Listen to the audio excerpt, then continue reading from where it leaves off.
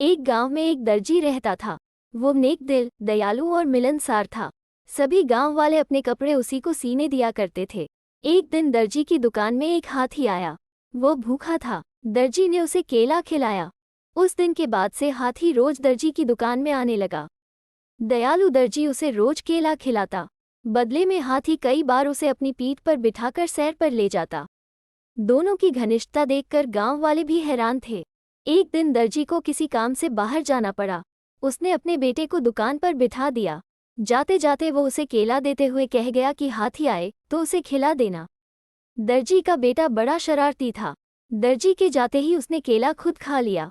जब हाथी आया तो उसके शैतानी दिमाग में एक शरारत सूझी।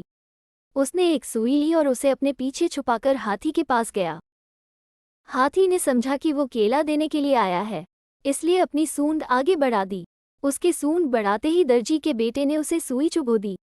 हाथी दर्द से बिलबिला उठा। ये देखकर दर्जी के लड़के को बड़ा मजा आया और वो ताली बजाकर खुश होने लगा। दर्द से बिलबिलाता हाथी गांव की नदी की ओर भागा।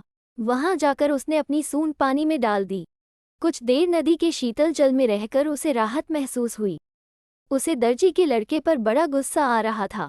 उसने उसे सबक सिखाने की ठानी और अपनी सूंड में कीचड़ भरकर दर्जी की दुकान की तरफ बढ़ा। दर्जी के लड़के ने जब फिर से हाथी को आते देखा तो सुई लेकर बाहर आ गया। वो हाथी के पास आते ही उसे सुई चुभाने के लिए आगे बढ़ा, मगर हाथी ने सूंड में भरा सारा कीचड़ उस पर उड़ेल दिया। लड़का दुकान के दरवाजे के सामने खड़ा था। वो ऊपर से नीचे तक कीचड़ से लथपथ हो गया। दुकान के अंदर भी छिटक गया और लोगों द्वारा दिए गए कपड़े भी गंदे हो गए। उसी समय दर्जी भी अपना काम निपटाकर दुकान वापस आया। वहां की ये हालत देखकर उसे कुछ समझ नहीं आया। उसने अपने बेटे से पूछा तो बेटे ने सारी बात बता दी। दर्जी ने बेटे को समझाया कि तुमने हाथी के साथ बुरा व्यवहार किया है, इसलिए उसने भी तुम्हारे साथ वैसा ही व्यवहार किया है। जैसा व्यवहार करोगे वैसा ही पाओगे। आज के बाद किसी के साथ बुरा मत करना। फिर दर्जी ने हाथी के पास जाकर उसकी पीठ सहलाई और उसे केला खिलाया। हाथी खुश हो गया। दर्जी के बेटे ने भी उसे केले खिलाए, जिससे हाथी और उसकी दोस्ती हो गई। उस दिन के बाद से हाथी दर्जी के बेटे को भी अपनी पीठ पर बिठाकर घुमाने लगा।